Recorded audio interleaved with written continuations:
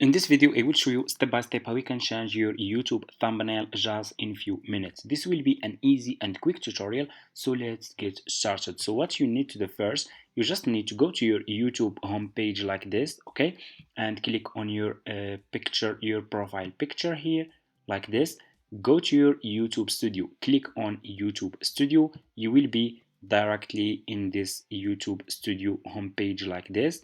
Click on content like this and choose which video you want to change the thumbnail for. Okay, so for example, let's scroll down. I'm gonna choose for example, I want to change thumbnail for this video. I will click over here on details, okay, like this.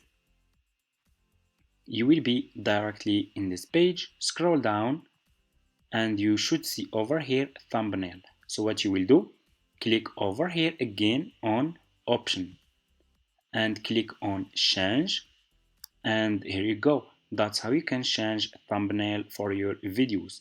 Choose a new thumbnail that you want to add and click on open, and your thumbnail will be changed. That's how you can change thumbnail for your YouTube videos. Thank you so much for watching, guys. I hope this tutorial is helpful for you. Don't forget to subscribe to this channel, like this video, and see you in my next videos.